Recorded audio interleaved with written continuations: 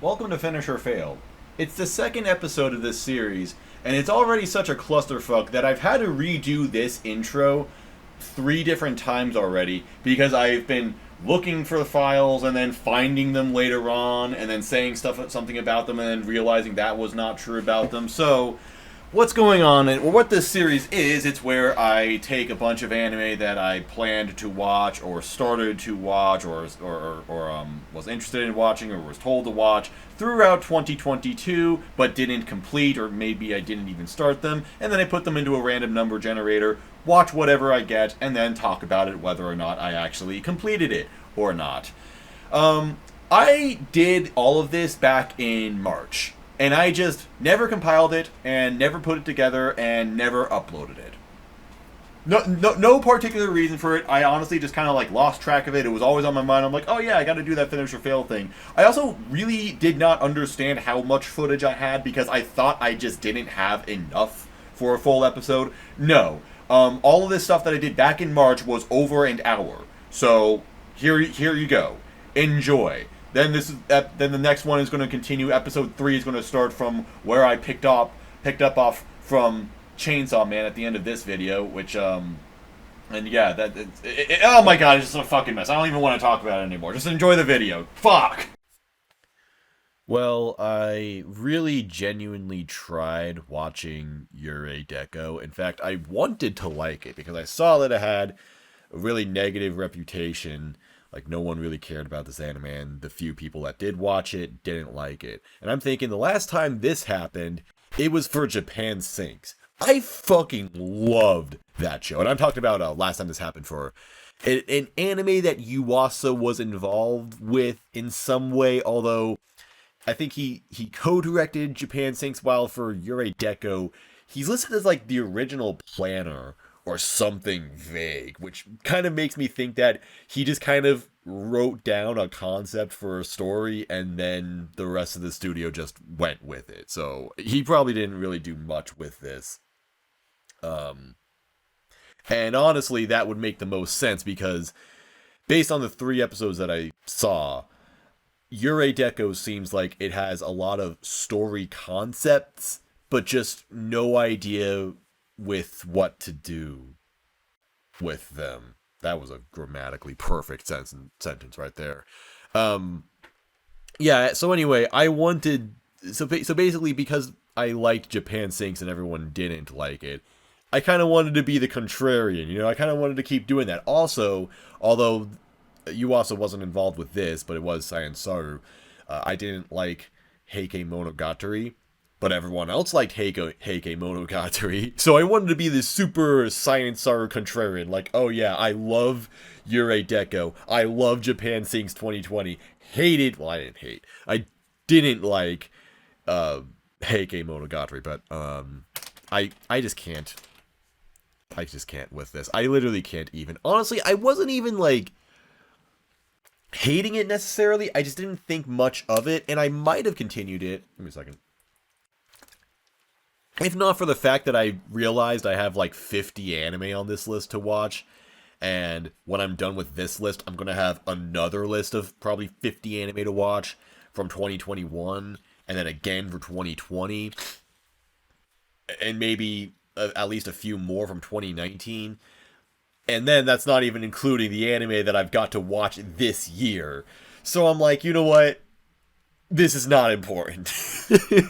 I need to manage my time a little bit better. I was really sitting there just thinking, I'm like, do I want to spend the next 4 hours watching this fucking show? Is anyone going to care if I finish it? Am I going to enjoy it that much? Like, am I going to care? Because again, I don't want to drop more anime, but no, this just isn't it.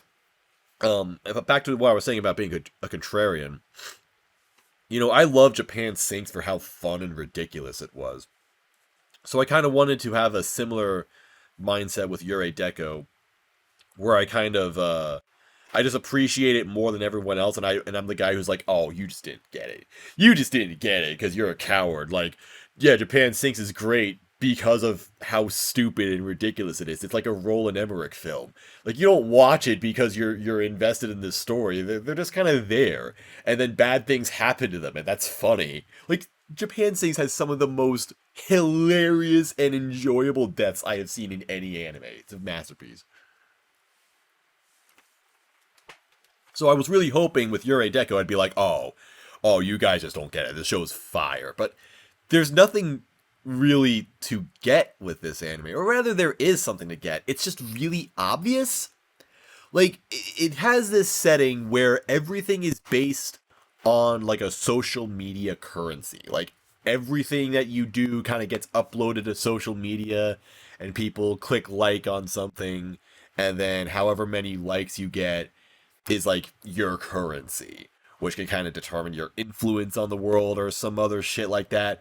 It's really ill explained, despite the fact that this is a really big deal. And then there was this thing where one of the main characters was like manipulating the system, manipulating the love, as they call it. But it just like not only is it ill explained, but it doesn't even really make any sense. Like if this is a world where you can just get by being a social media influencer, why would you do anything else? Why would anybody do literally anything that takes any amount of work in this world? Like the main character goes to school. I don't know what she actually learns in the school, because every scene she's been in school, she first of all muted the teacher and then put a disguise on her and her friends so that it doesn't look like they're not paying attention, which just seems way too fucking easy for anyone to do. So like what is the point of going to school in this world? What are they learning? What does anybody in this world do? I don't know. It doesn't make any sense.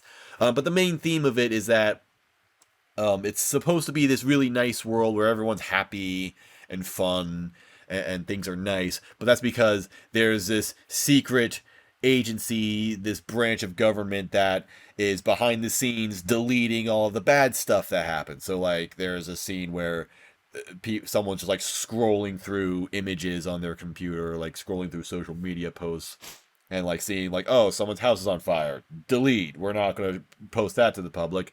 This phenomenon where something bad is happening in public, yeah, delete. We're going to remove all violence and bad things in the world so that people can only see the good things. And okay, that's, fine. That's fine as a theme, but it's presented so matter-of-factly that there's really not a lot of imagination to it. There's just nothing to really hook you with. It's just like, well, yeah, that's kind of lame.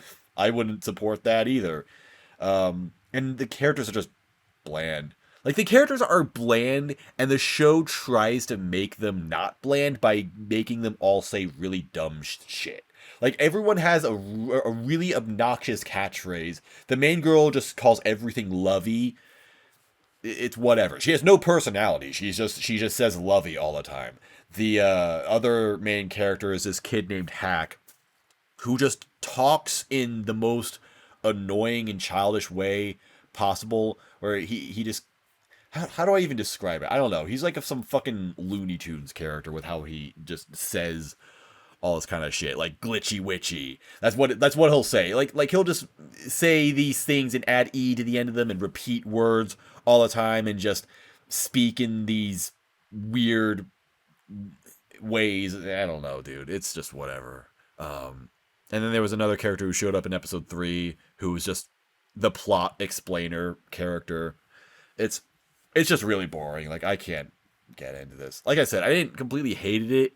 I didn't completely hated it, yeah. But there's just no hook to it. That's the thing. Like, there's no hook to it. Sure, it's kind of nice visually. That's about all it has going for. Like, maybe, like the setting is colorful and all, but again, I don't even understand how it works. Like, I don't understand what the setting really is, how people interact with it, why it is the way it is, so I can't even really appreciate the sense of design that this anime has, because honestly, it doesn't seem to have a sense of a design. It's just, let's just make everything colorful. Cool. Yeah. Yeah, that's about it. I don't really have anything else to say about this. It was just whatever. Like I said, it's kind of like a collection of ideas. Like someone had a kind of cool idea for a story, but they didn't take the time, or I don't know, have the imagination to flesh it out into something that is not only something that a general audience can appreciate, but just in a way that's fleshed out, where you could actually get a grasp of like what these people are trying to say. It's just information control bad with really pretty colors, the show, based on the 3 episodes I saw of it anyway, but I don't really see it changing into anything else, to be completely honest. All right, where are we at? We've got Yurei Deco, the bottom anime, off the list. It's gone. So let's mess around with this. 1 in 47. No, 47. 47. All right, and let's go. We got 14. So this is going to be early. 14 is... Oh, no! No! No! No! I got so mad about the Eminence and Shadow that I literally yelled at myself into sobriety. I literally just yelled for like 20 minutes, and now I'm actually sober. Like, I don't feel drunk whatsoever. I chugged like 7 hard lemonades during the last like 3 episodes or so of Eminence and Shadow, and I feel fine now. It literally made me that mad. So, I watched the final 13 episodes of the Eminence and Shadow. I ended up finishing the entire anime, and I feel so passionate about it that it's going to be its own video, just like the Kaguya-sama video. So, link in the description for the Eminence and Shadow review. Let's go to the next one. It's over. Thank God it's over. Eminence and Shadow, get the fuck out of here. You know, I was bummed out because I rolled Kaguya-sama really early, and I was thinking, well, there goes the best show on this list. But I feel a little bit at ease now, because there goes the worst show on this list. If something is worse than Eminence and Shadow, I would be genuinely shocked. But I doubt it because, number one, I'm not planning to watch everything that came out in 2022, just stuff that I was mildly interested in. And even if it was worse than Eminence and Shadow, I would give up way before 7 episodes or 20 episodes. So, let's continue. 46 shows to go. Let's get a number. 21. Can we stop rolling in the middle of the field, please? 21 is going to be Jashin-chan Dropkick X. Season 3. Oh my god, this show is going to be therapy. I love Jashin-chan Dropkick. I love this anime. I mean, it's not like a super favorite, but I know that I can count on this anime to be fun and enjoyable. It's going to be ridiculous and hilarious, and I'm going to have a blast. Oh, thank God I rolled this one. If I rolled something boring that I didn't like, I don't know, Raven of the Inner Palace, I would have been pissed. Okay, this is going to be great. Okay, I finished the 3rd season of Dropkick on My Devil X, aka the 3rd season of Jashin-chan Dropkick, and it was pretty good, but not quite on the same level as the past 2 seasons. In fact, I didn't think season 2 was quite on the level of season 1. It's been like a very, very small, but so it's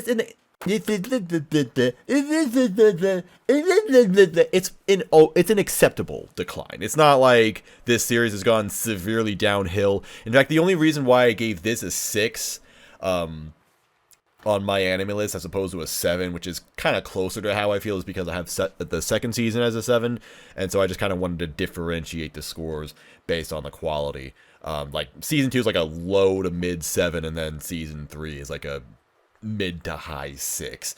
And the thing is, it's kind of it might be kind of funny hearing me say that because I've been really enthusiastic about this series for its entirety. Like I obviously like the video's long gone, but when summer 2018 was coming out, I did my preview for it, and I was like really stoked for this show. I'm like, oh, this show looks like it's going to be exactly my thing. This looks freaking awesome and so much fun, and it was. I really liked it, even though it was not a popular series at all. Like all of my friends just looked at it and were just like, "What the fuck is this shit?"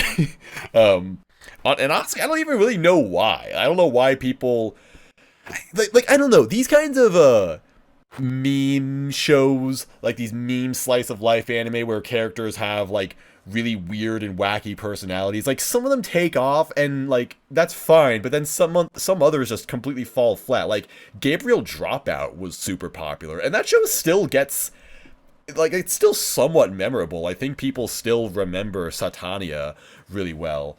I don't know what it is about Jashin-chan Dropkick that is like completely turned people off, except for me. I don't know. I think the characters in this one are way stronger. But anyway, I've always been really enthusiastic about this series, so hearing me say that it's only like a 7 out of 10 might be kind of like ironic.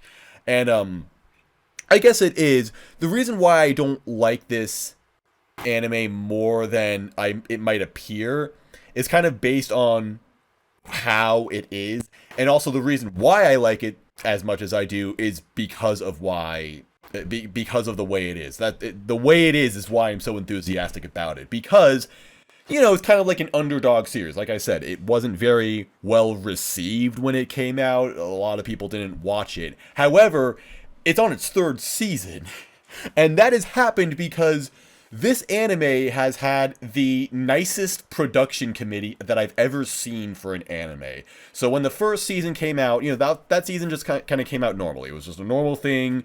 This manga was semi-popular, so they made an anime out of it. Cool, awesome. And then they said, after the anime was finished, they're going to have like a live convention to celebrate the series, I guess. A little fan convention, which is something that like every anime does.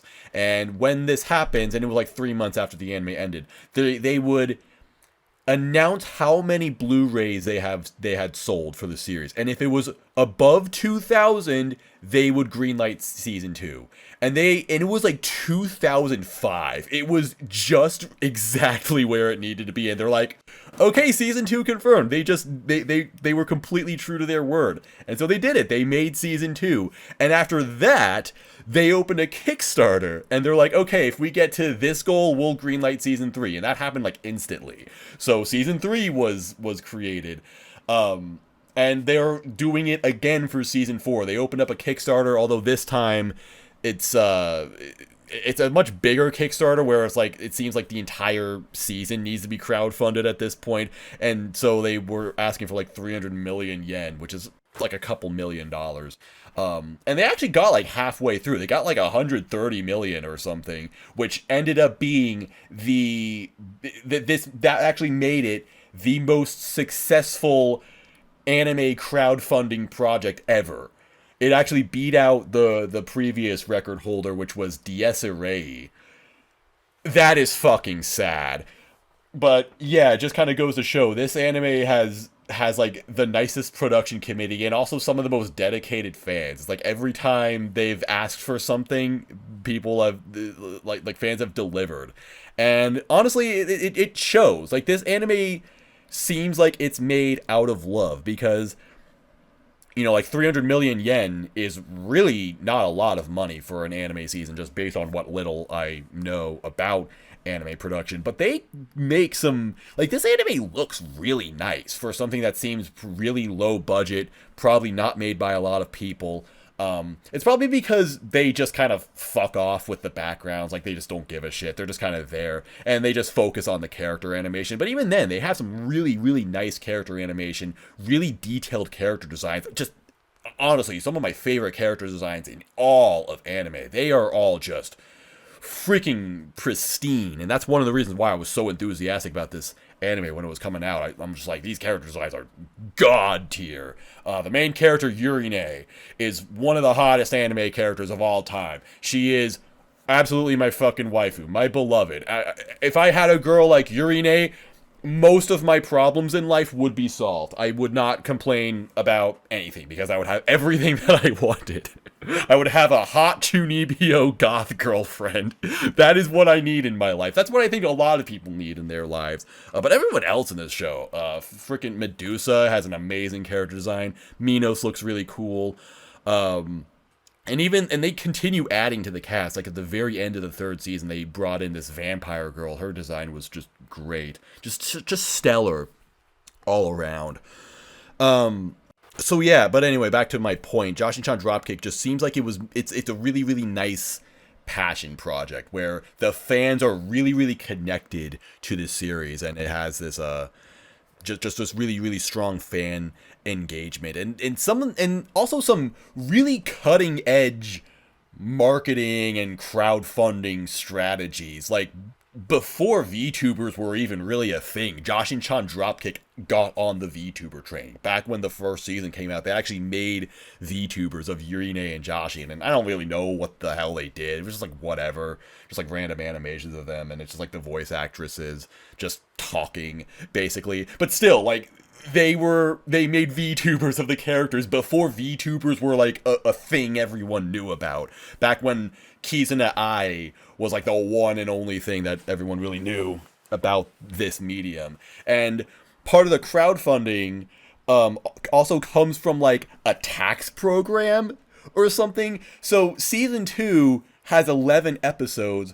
They cut off the 12th episode and they credited, they call it the Chitose City episode or something like that, because it was funded through like a tax program that this city had. I have no idea how specifically it worked, but it is, like, I don't think I've ever heard of that before, and that is really, really fascinating. And funny enough, I completely forgot to watch that extra episode or OVA or whatever you want to call it, because it was, again, separate from the main broadcast, and it came out like a month after the season ended. Or maybe it was before. I don't remember when it came out. It doesn't matter. But it's actually funny because that would kind of be the precursor for a lot of season 3. And it's kind of why I don't like season 3 as much as the past 2 seasons. So I haven't even really talked about what Jashin-chan Dropkick is. TLDR, a Chunibyo goth GF is like studying black magic or some shit and actually managed to summon a devil from hell, and that is Jashin, this weird snake girl who is just a total piece of shit character. I was about to say human being, but she's not a human being. But she, I guess, embodies the devil, where she's just really mean-spirited, really greedy, always just doing the wrong things, and just generally being annoying. But not annoying as in, like, I watch her and I can't stand her. I think Jashin is actually funny. She's just a really reprehensible character. And so, because she was just falsely summoned into the world, she cannot get back to hell unless she kills her summoner. So she has to kill Yurei, but Yurei has random anime OP protagonist powers where she can just kind of do anything. Plus, Jashin is also really, really stupid, so she constantly tries attacking Yurei by surprise, and Yurei is just like, that was the most obvious shit ever, and then just like pulls a chainsaw out of her dress and fucking murders Jashin brutally. So it's a slapstick comedy, but in a really, really vicious way, where Jashin is getting gored every episode, just brutally murdered in this bloody, violent mess, and I think it's awesome. And Yurei revels in it. Like she's this really calm and honestly very feminine character. Like, she's very self-aware of her appearance. She's always about like aesthetics and stuff like that. Very polite, just very well-mannered around people, but secretly she's like into slasher films and like other edgy stuff, and she collects weapons and shit like that, and is always just taking a lot of joy in killing Jashin, and I just love it. Like, she's just this secret psychopath, and it's just awesome. So I love the dynamic between those two. And there are other devils who show up, like Medusa, who is based on like the legend of Medusa or the myth of Medusa, where if she looks at someone, or if someone looks into her eyes, they turn to stone. So she's usually wearing a paper bag when she's out in public, and that's just hilarious. And Minos, who is based on an ox. I actually forgot, like, her lore. Like, I guess the thing that people don't like about Jashin-chan Dropkick is that it never really explains a lot of what's going on, or, like, what the characters are, or why they're there. A lot of, the season just kind of starts, and all the characters are just there. And it's like, this is just who they are, and this is what they do. There's, like, no context given to anything, and it's like, okay, whatever. And there were also angels, so that's kind of why I brought up Gabriel Dropout a while ago, because there was an angel, devil sort of theme. So there was like some kind of supernatural power shenanigans or stuff like that. Some like hierarchy, social hierarchy. Although I guess it doesn't matter. I want to say it doesn't matter. It does matter, but it's like, you don't really need to follow along with it all that much. You don't really, there's nothing to really understand. It's just kind of like window dressing, usually for the sake of humor.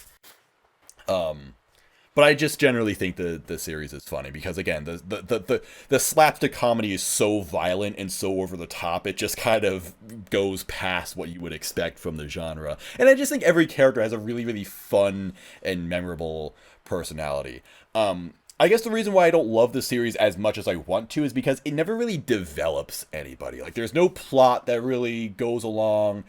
Characters don't... I mean, I wouldn't say there's no development. There is some, but sometimes some episodes are just kind of like, oh, the characters are doing this now, and nobody really changes. Everyone's just kind of doing the same thing. But I still think that's fine because the characters are just so enjoyable on their own. But the reason why I didn't like Season 3 as much is because episodes 5 through 10 of the third season just kind of become a tourism ad.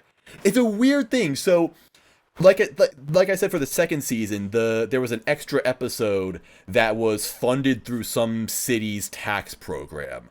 Well, they basically did that again for half of the third season. And so, in exchange, they made episodes about specific areas. So that's what they did for the extra episode in season 2. They made it about Chitose City. They go to this place and do various things that I guess you can do in this city. So that's what they do in season 3. They go to some area somewhere and they're like, oh, we're in place Japan and we can do things here. And it's like, oh, this is what they have over here and you can do this here. And it's not like it actually is as bland as it sounds some of the time. Some episodes they're able to make some kind of fun plot with something in the town. Like there was one episode where the town had a castle, so they managed to make some kind of plot where like Jashin is fighting Yurei and the angels, and that was kind of funny. But some episodes really are just like, okay, here we are doing this thing. Oh, did you know in this city they have this thing which has this history, and you can do, and it's like it literally is just an ad for a tourism spot essentially, and it's just like, okay. And because they're kind of making an ad, the sense of humor this series has feels muted in these episodes. Like, you don't get a lot of the crazy, absurd scenes in this episode. You don't get the ridiculously violent punchlines or anything. Jashin isn't as much of a piece of shit as she usually is. It's just kind of like the series takes on an overall nicer tone. What the fuck just came on in my computer? What the fuck? Hello? Mouse, turn on. Shut the fuck up. What is this? What the fuck was that? I did not play that.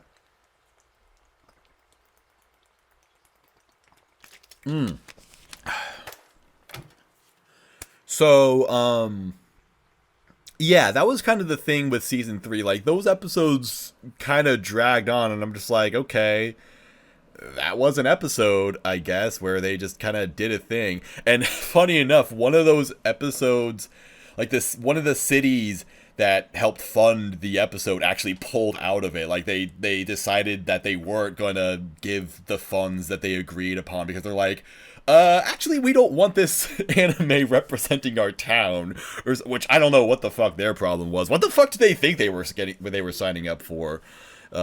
It seems like an Ishizoku reviewers sort of thing where like Funimation licensed this anime and had no idea what the fuck was actually in the anime. So then when it comes out, they're like, "Oh my god!" So I don't know. There's some controversy based on that. Again, I don't even really know how the hell the thing worked.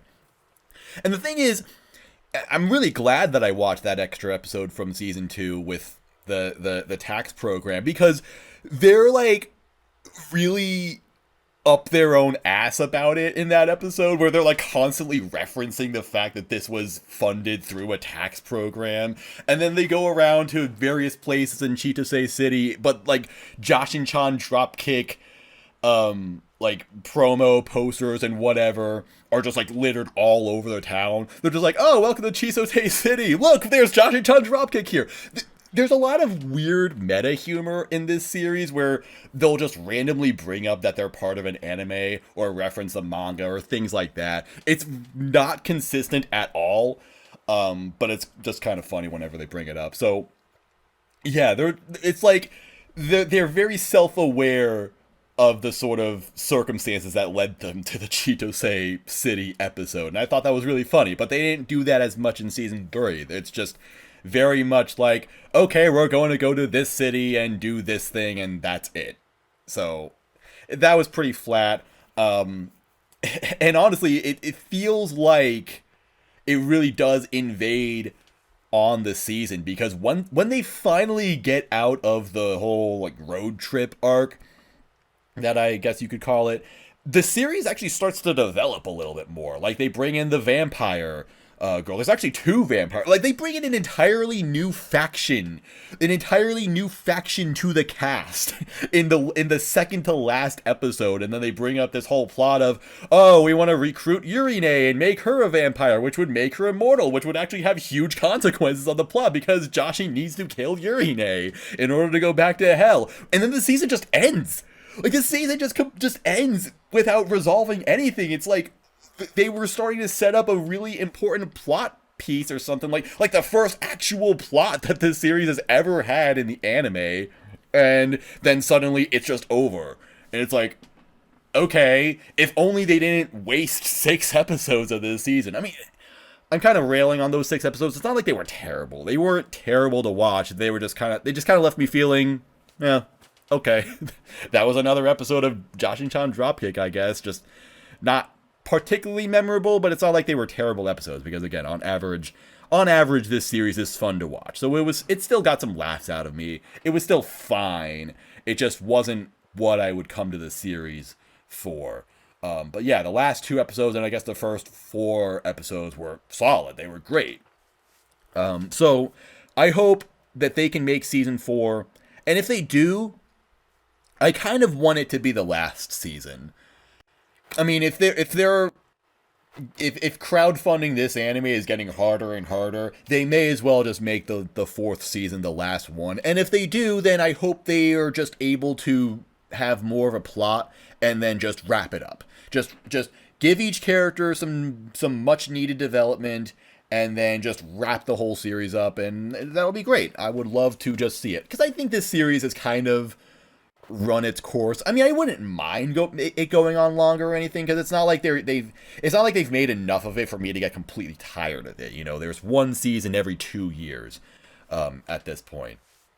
So, like, I wouldn't mind watching more of it, but I feel like it's kind of at the point where, you know, if it ends in the 4th season, that's 4 seasons of anime. That's 48 episodes of this anime. That's like an incredibly great run. So I think that would be totally fine. Oh, I also forgot to mention that Hatsune Miku is in this anime for no reason at all. Like, they just randomly collaborated with Hatsune Miku, and she's just in this anime. Just like she's not part of the cast in any, like, she's not like a major part of the cast. She just randomly shows up as like a filler character. And it's funny because she has some kind of, like, I don't even really know how to describe it. Just some kind of robot. She just has like a random robot Vocaloid voice or something like that. But it's funny how it never changes tone at all. So even when she actually gets mad or upset,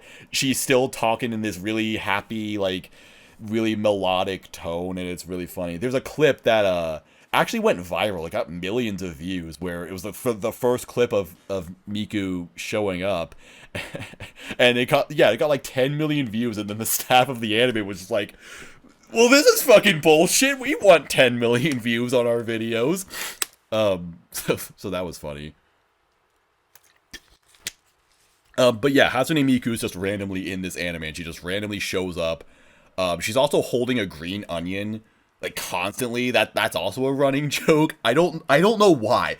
Some things in this anime just happen for no reason. It'll just make references to completely obscure things that I've never heard of and be like, well, yeah, that was a weird reference, and then just not explain it at all, not follow up on it at all. And again, it's like sometimes really weirdly meta. I don't know. It's a very, very random series, and I guess maybe that's why I don't love it as much as I want to, because maybe the sense of humor isn't entirely consistent or easily followable, but it's still fun, it's still wonderful, it's still really funny. I love watching it.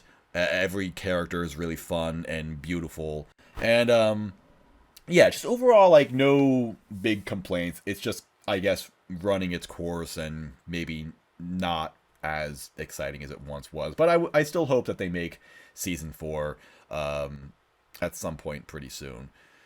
So yeah, that's about it. I'll just go to the next one. God, I talked about that for 23 minutes. Holy shit. Alright, what do we got now? 21, Jashin-chan Dropkick, off the list. No, did that wrong.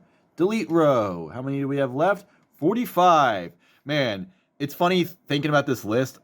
Like, the fact that I'm actually watching anime, like, this has been a great idea. I've been watching way more anime. I feel like I've already watched more anime in this year than I did in the entirety of 2022. Like, this feels really nice to be completing anime again. And then I only watched like 7 shows. I've barely made a dent in this list, and it's like, oh my god. So anyway, 45 anime left. Let's put this in. Plus, I also have some really long shows, like JoJo Part 6 to watch. Number 9 is the number. All right, number 9. We're close to the top of the list. Number 9 is Chainsaw Man. All right, I get to finish Chainsaw Man. That's really good because I have been wanting to do a podcast about Chainsaw Man, and I only have 2 episodes left of it. That's right, I only have 2 episodes left. I'm on the home stretch. I just didn't really finish it, and the thing is, I've already read the manga, at least beyond this point, so I already know what happens in these 2 episodes. That's why I didn't really rush to finish it. I've already seen them, technically. Yeah, I'll just finish these 2 episodes and then tell you what I think about the season overall. See behind me? I'm rearranging my entire basement, which also means that there's a huge fucking heckin' mess behind me. Let's get that. Ooh, look at all this fucking shit. But also, look how clean it is back there. Wow. Doing a lot of, like, junk removal and shit like that. Of course, you don't care, though. What do you care about is Chainsaw Man! I finished Chainsaw Man, finally. Oh, shit, excuse me.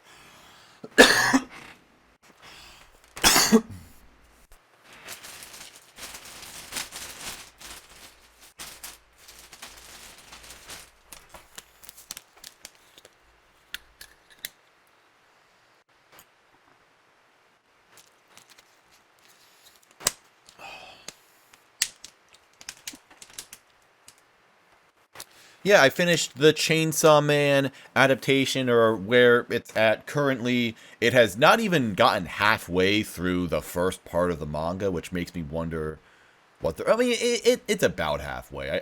They probably could speed the pace up just a little bit and get the rest out in season 2. But it's very interesting that they've taken that approach with it. Lots of people assumed that they would just adapt all of part 1 in the first season, which is doable. But let me reiterate. Let me just say right now, I have read the manga to like 60 chapters. So I have read. Let me turn on my fucking microphone. So, uh,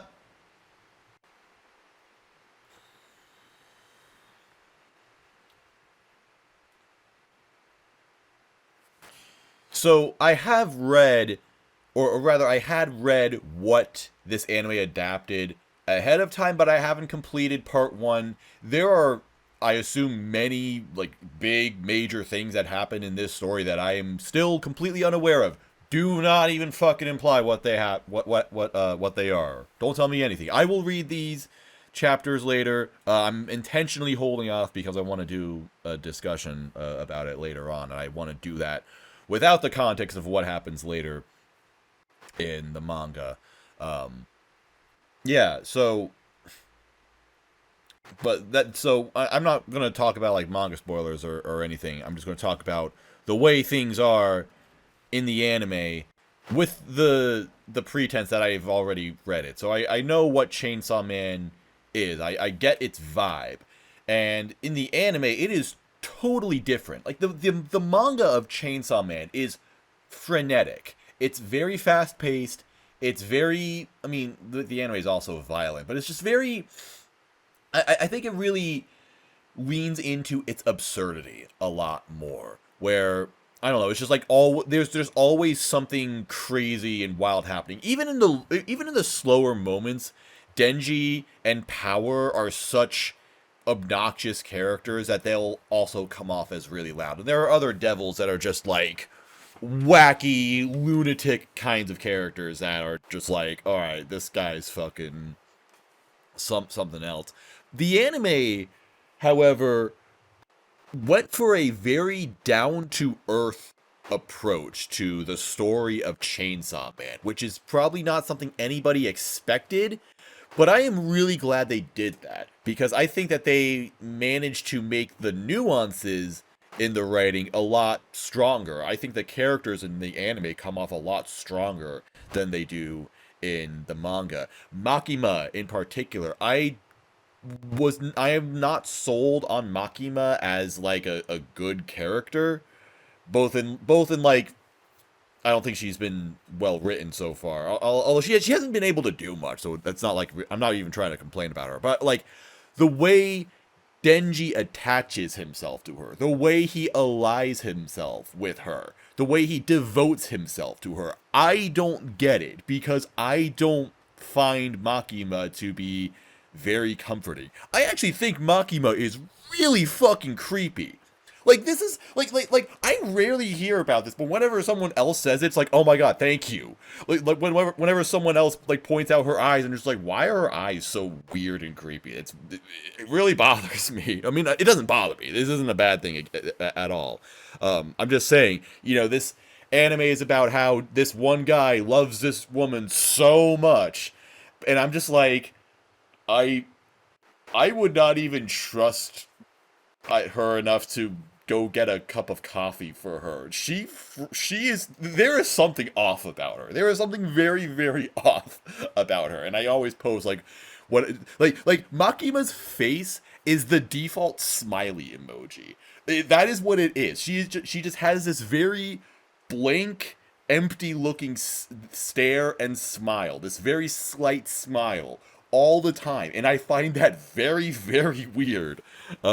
So I don't know why grown ass men are barking at conventions at the sight of her. I think it's really weird. But in the anime, they gave her a very soft spoken voice actress. Her voice sounds really comforting. And for the first time, I'm like, oh, I can see why someone would be enamored with this character. I can see what Denji is feeling now. I still think that she is insanely creepy, and I do not trust her. But I do think that Denji is a little more justified in his devotion to her. Um, and I think that they gave a lot more focus to the characters of Aki and Himeno. Just you just get to see them more. You just get more of them. It's not like they gave them new. It's not like the anime gave them new personality traits or new roles in the anime. You just see them more. And sometimes when you see them, they're not really doing anything all that interesting, but it's just seeing them in, I guess, a down point in the story is fine. Because it's not trying to tell a story, it's just, this is what this character's life is like. Like, there's an episode where it starts with, like, Himeno stumbling through her apartment drunk for, like, 3 minutes. And I can understand why someone would watch this and be like, that was completely pointless. Because it was completely pointless. It absolutely was. But I think that just strengthens the character a little bit more. Just getting that view of what it's like to be this character, I think is really fascinating. I don't think that a scene needs to have a direct consequence of the plot. And I think that's why there are people who dislike this adaptation, because if you read Chainsaw Man, like, everything that happens is like there's a point to it. There's a very large point to be made about whatever is happening. It has some big impact on the plot, or it's a result of the plot, etc. But in Chainsaw Man, there are lots of these mundane, some would say filler moments that don't advance the plot. They don't even really do much of anything. But I think those scenes are still important. I don't think that you need to advance the plot with everything, with every line of dialogue. I think that sometimes it is nice to just get to know a character. And I think that's what Chainsaw Man really does. Chainsaw Man, this adaptation is very realistic in tone, which again is interesting given the actual content of this manga. This is a manga. Why is Macy eating her? Look at this shit, dude. Look, I put the cat bowls all the way over there, and now Macy is eating them from under the bench. Why is she doing that? Why, Macy? That is not. I mean, look, it's not a big deal. I'm just saying you're weird for that. Whatever, dude. See, look, that part of the video did not do anything to explain my take on Chainsaw Man, but you got to know me a little bit better. Maybe now you understand why I think Power is such a great character. Because she has cats. She is a cat lady, and I am a crazy cat lady. I'm a lady. Look at me. So, Chainsaw Man being realistic is ridiculous, because it's an anime about a guy who turns into chainsaws. His power is that he is chainsaws. He has a chainsaw sticking out of his head and out of his arms. It's ridiculous. This anime is like a 12-year-old would have come up with a lot of this stuff, but at the same time, it's so unapologetic about what it's doing that it actually comes off as really cool.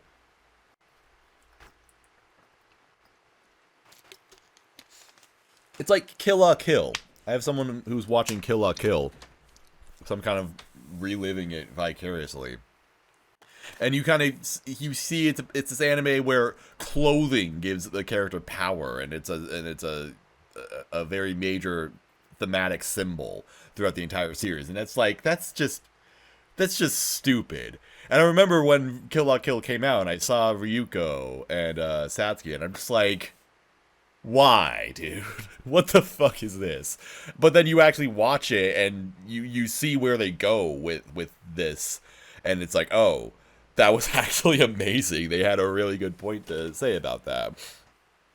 Yeah, likewise, Chainsaw Man has lots of absurd things happening, but the story at its core is very human, I guess. It's very emotional. It's very mundane at lots of points. And so I think it actually is fine for the anime to have this tone, especially because Chainsaw Man, and this is a big statement right here, okay? Chainsaw Man might have the most high-fidelity TV production that an anime has ever seen. I'm not saying that this is the best looking anime because it, for me, definitely isn't. I would still say that after 12 years, Nichijou is the best looking anime ever. But Nichijou has its own particular style to it. You look at it and you know you're watching Nichijou. And it's not that Chainsaw Man doesn't have a style, but Chainsaw Man just kind of takes from regular anime. It's just kind of like you would show like you would show Nichijou. Okay, this is a very weird thing to do. Okay, very weird sort of thing that I'm saying here. But if you were in 2006, okay, everyone's watching Death Note, Inuyasha, was Code Geass out at the time? Some shit like that. All right, everyone's watching Naruto and Bleach and Dragon Ball and One Piece. You show them Nichijou, and you're like, this is an anime from the future. People would probably look at you funny and be like, that doesn't look like anime. What the hell are you talking about? Then you show them Chainsaw Man, and you say, this is also an anime from the... And you also say, this is an anime from the future. Or you do that instead of Nichijou. And then people would be like, that makes sense. Because this just looks like anime on the surface. It's just that they do these things that like 99.99% of anime do, and I think we just kind of accept and take for granted. Like the facial features of an anime character, the really big exaggerated eyes with the small noses, the characters' proportions, the way their bodies are shaped, especially the women, especially with the clothes they wear, the way they fit. You don't see Makima in this anime with fucking titties this big that are also outlined perfectly with her formal dress shirt. Okay? And I'm not saying that the characters in Chainsaw Man don't look like anime characters. They don't look like, you know, they made hyper-realistic humans or some shit like that. Like, again, they still look like anime, just maybe less so. Just a little more realistic, because the character designs in this anime, you can actually see the lines on their face. You can actually see, like, the whatever the fuck this shit is called, around your eyes. You can see things like that. Their lashes, their eyelashes are really lined out, and they made it a point to keep those on the characters and always show those. When a character opens their mouth, you actually see like the tops of their teeth. You actually see their molars, and you kind of see like the like dents in their teeth. And when characters speak, it actually looks like they are saying the words that they're saying. It's not just ba ba ba ba ba ba ba ba ba ba ba ba ba. And when characters turn sideways, you don't see their mouth right here and shit like that. Like, these are things that, like, every anime does, and it doesn't, and I'm not even saying this to say, oh, anime is a shit medium, because it doesn't bother me. Like, it really doesn't. This is stuff that I just completely disengage myself with.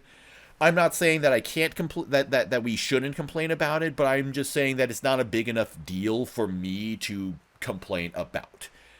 But the fact that Chainsaw Man doesn't have stuff like that, the fact that it doesn't cut corners, so to speak, when making this, the fact that the staff didn't cut corners when making this anime, seemingly, that is why I think that this anime might be the highest quality production ever made, because you just don't get character designs that are this detailed, but also this well composited, this well lit, and this well animated. And not just well animated, but complexly animated. Another thing that 99.99% of anime do is that when a character walks through a room, you just get the top half. You just get this. You do not see their legs move back and forth, because that would require a lot of work. So instead, animators have figured out that you can just show the bust of the character and then wave it around on screen in After Effects or whatever, or Premiere, like a fucking popsicle stick. And then you just say, oh, they're walking. You know? Just make sure the background is moving properly. No. I mean, and sure, Chainsaw Man does have stuff like that.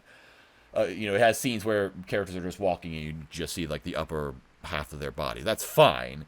But even then, there are a lot of shots in this anime. There are lots of cuts of characters walking and moving, and you get their full body in the frame. Lots of, like, complicated and really dynamic angles. Going back to the Himeno episode, there's like that scene of that I talked about, that window into her life. There's a small cut that's like 10 seconds. It's completely in first person. She walks into a different room and then walks towards a bed where another character is asleep on. Like, it is, and then, like, I think lowers herself to kind of get on top of him. It is one of the most complicated things that I have ever seen in a 2D animated series. Like again, you can maybe say, oh, well, movies can do stuff like that. Yeah, but movies don't have the same production schedule, like the same in a lot of the same things that TV anime have to go through. Okay, that's why I say this is maybe the highest quality TV series. Like, it is the most. This anime just consistently has some of the most advanced things that I have ever seen in any anime. The last time I felt this way was for Hyoka. I thought Hyoka was a benchmark for anime technically and visually. And I still think that, like, if Hyoka came out today, people would be losing their shit. Like, that's how advanced that anime was, and that came out in 2012. And to this day, it still does have things that I actually think think it did stuff better than Chainsaw Man. I like that first person cut that I was talking about in Chainsaw Man. It did have some kind of jank moments to it where you could tell they tried so hard to make that work, but at some point they were like, oh my god, this is too fucking complicated. Let's just move on with it. We are not getting this perfectly right. But there are scenes in Hyoka that are animated in first person, and they look phenomenal. They actually look right. They look perfect, essentially. There is an episode of Hyoka, there's like a 5 to 10 minute scene that is animated in first person, with multiple environments, multiple characters. It's specifically a character filming something, so it's from the perspective of, like, a video camera. It's insane. Like, it is galaxy brain. And just watching it, it's like, this is a 2D anime. How the fuck did they do this? That shouldn't be possible. But yeah, it blows my mind that people would be upset about this. It actually makes me think that the anime community has gotten worse. Like, I was just shitting on the Eminence and Shadow and thinking, like, what happened to the anime community? But on the opposite side, you have Chainsaw Man, which is, like, breaking barriers for what anime can look like, for what anime can be. And then you have people upset about it. Like, if you don't like the Chainsaw Man adaptation, look, if you don't like the slow pace of the adaptation, that would be one thing. If you're like, oh man, this whole season I didn't get to my favorite scene, we didn't, like, see the shark guy all that much, he's my favorite character. Okay, I could maybe understand that. Maybe you're upset that Makima's voice sounds too cute. Alright, fine. Like, that would be one thing. But the way some people have actually been like, oh, this was just the worst adaptation ever. Mappa should be ashamed of themselves for making this. It's like, I can't believe this. Like, how is this happening? Fucking 7 years ago, Berserk got the worst adaptation ever. And look, that was depressing. It was upsetting, but no one was adding the studio being like, you guys should fucking kill yourselves because you made this worthless piece of shit. It's like, and that was a terrible adaptation. That was an adaptation that everyone in the world agreed upon. That animation was horrible. It was terrible for the series. It was terrible for anime. It was like the worst thing that ever happened. Meanwhile, Chainsaw Man is brilliant. It's astounding. And even if, again, you don't like it, even if you want to say, well, I disagree with the visual direction of it, you at least have to admire the effort and the ambition they had. Okay? You know what this anime has? It has a vision. That's what I respect about it most of all. I respect anime with the fucking thinking about Eminence and Shadow again with fucking Mother's Basement saying, oh, the animation's so good, and then not even fucking talking about it. That's a show that doesn't have a vision, in my opinion. Not to shit on the people who made it, because people probably worked hard on it and probably didn't get paid enough to make it. But the fact that people would be upset about the Chainsaw Man adaptation actually makes me mad. Like, it actually saddens me. Because now I worry. They're going to make a season 2. They are also talking about how fucking stupid people are. If you think that MAPPA is just going to give up on Chainsaw Man, or, like, for what, like if you think that there's going to be a redo of the adaptation, you're actually fucking stupid. I'm not even, like, sugarcoating this. Usually I try to be nice and be like, okay, I can understand why people... Like, if you think that, you actually don't know how anything works. Name one thing that has ever come out, and then, like, 5 years later, a studio was like, oh, shit, that was not good. Let's redo it. Like, what new IP has ever done that? Who has ever dropped a new IP and then rebooted it in a couple of years because it bombed? Or something like that. Or a few people on Twitter were mad at them. Like, that literally doesn't fucking happen. At most, like, I guess, best case scenario for the people who hate the Chainsaw Man adaptation is that there just won't be another one. There won't be a season 2. They'll just be like, oh, okay, Chainsaw Man isn't profitable. So let's not make more of it. They're not going to be like, oh, this wasn't profitable? Well, let's just try it again. Maybe the second time it will be. That doesn't happen! That doesn't fucking happen! What is wrong with you? Oh my god. It is like, this might actually be the stupidest thing I've ever seen in the anime community. Holy shit. But it does worry me that the controversy of Chainsaw Man, and I don't know how much the sales numbers probably don't matter that much, but maybe they will have some small influence. Okay, it worries me that MAPPA would take the feedback and say, "Oh, okay, let's do something different for season 2. Let's not do it this way because some people are bothered by it this way."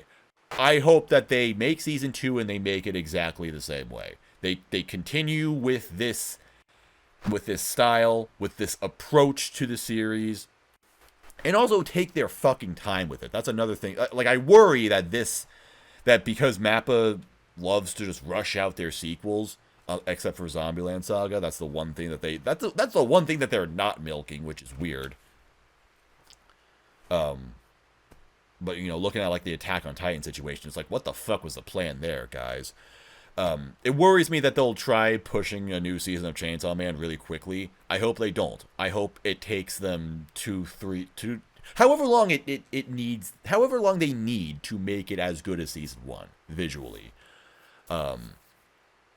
That's what I want. That's what I hope for. I've mostly been talking about, like, the production and just the way that, like, the style of the adaptation, because admittedly there isn't much of a story to talk about yet. The story, like it's just kind of set up the basic plot of there are devils, and there's the gun devil who's the real bad guy, and we got to collect pieces of the gun devil to figure out where he is and how to beat him and shit like that. Kind of a typical shonen plot, kind of like, I think Jujutsu Kaisen is a similar one. That's ongoing, where it's like, oh. Why is my voice fucked today? This is not good. I'm going to an Under Oath concert tonight. I need my voice to be okay. Maybe I'm just tired. Anyway, it's kind of like, I think Jujutsu Kaisen was a similar thing, where it's like you have to devour pieces of this devil in order to find him or something like that, or whatever. The thing I think about the most is Inuyasha. Inuyasha was like that, where it's the Shikon jewel that shattered into, like, 5 trillion pieces, It was scattered across the world, and everyone's trying to collect them. But whoever collects them is going to be like the worst person ever. Anyway, where the fuck was I going with this? Yeah, there just isn't much of a story to talk about, but it's fine. Like that is the one thing that I guess I would criticize the most with this adaptation, is that because the anime kind of dragged out. So I don't want to say drag because that kind of has a negative connotation, but the fact that it just kind of extended a lot of things, and it showed you a lot of things that you wouldn't get in the manga. It does mean that there isn't much of a plot for this first season, but that doesn't mean that there won't be later. There absolutely will be in the second season. So I'm fine with that. I'm looking forward to that. Anything else? Also, not just to kind of continue on saying how just high quality this is. It's not even just the visuals or anything like that. It's also the audio. The sound design for this anime is fantastic. I don't have much specific to say about that, but it's just amazing. This is a series that you would want to watch with a really, really good sound system, which unfortunately I do not have currently, and it's real sad, but it sounds really good. And my favorite thing about this is that there was a unique ED for every episode, which is the coolest thing that this series did. Everyone go thank Dorohedoro, and also ask and demand for a second season of Dorohedoro, because that series fucking ruled. Because that series had 6 EDs. And I want to believe that that was the inspiration for Chainsaw Man having 1 ED for every episode. Like that just kind of speaks to like how seriously this adaptation was. Like, very clearly they knew Chainsaw Man was this huge franchise. It was a big order having to adapt this thing to anime. So they were like, okay, we're gonna get all of the best people to make this the best looking anime, and we're gonna get support from the biggest artists that we can get our hands on. So 12 different huge mainstream artists contributing songs for Chainsaw Man, and each of them has their own unique animation. That is such a great marketing tactic for this anime. It absolutely worked. Some of those EDs have millions and millions of views. I think the one that has the most is the third one, which is my favorite, and it's so cathartic for me, because I have been a Maximum the Hormone fan for years. And for years, I have heard everyone be like, oh, the second Death Note OP, it's the fucking worst OP of all time. The fact that they've gone from that to now having what is pretty widely considered to be the best Chainsaw Man ED, it's like, yes! They've been redeemed in the eyes of the public. Not that they needed to redeem themselves for me. I think the second Death Note OP fucking rules, and if you don't like it, you suck. You're a coward, and your taste in music is probably really boring. But, like, I just love that band so much. They were the band that I wanted to do the OP. You know, because, like, just look at the third ED, and everyone's like, yeah, this is what Chainsaw Man is like. That's why I wanted them to be on this anime, and it's exactly what I wanted. It is everything I could have possibly wanted. And there are other fantastic EDs, some like surprisingly amazing EDs.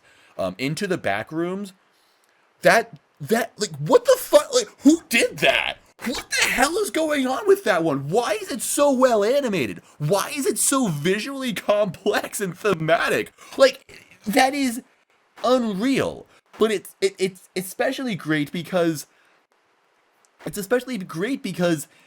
it only really works for that one episode, for that one little arc. If they had that ED play for every episode, it wouldn't have made sense. Everyone would be like, what's with all these optical illusions and themes of infinity and repetition and things like that? Like, what's going on here? But then you get to that one arc, and it's like, oh, that makes sense. But that wouldn't have worked for episode 2, because it would be a bunch of characters you've never seen before doing a bunch of things that you have no idea about. So they gave each episode a really great visual conclusion. Although I will admit that not every ED worked. Like it doesn't seem like it was perfectly communicated or like how the episode would end before playing this ED, because there are some EDs that fit perfectly. Like the Aimer ED was really, really great for the ending of that episode. I forgot which one it was though. But then there was the TK OP, which I don't remember which episode this was either. But it's like you get this really serious, very tense moment, and then suddenly like it's like this really, really fun, exciting song, and I love this song. I think it's an amazing song. I think TK went the fuck off on it, but it's like it didn't really work for that episode. It was like, this is a little too exciting when something very, very serious just happened, and that's not the mood that I wanted to be put in. But I hope they do that again. I really, really hope that they do the 12 EDs, the unique EDs, for the second season. Because again, they're definitely going to make season 2. It's just a matter of when and how long is that going to take. Yeah, I think I might have more to say, but I've already been talking for like 30 minutes, and this was not a very well organized sort of thing. But that's kind of the point of this whole series. It's not supposed to be organized, so that's just how I talk unscripted. So that should be enough for this episode, or maybe I already started a new episode. I have no idea. So let's go to the next one.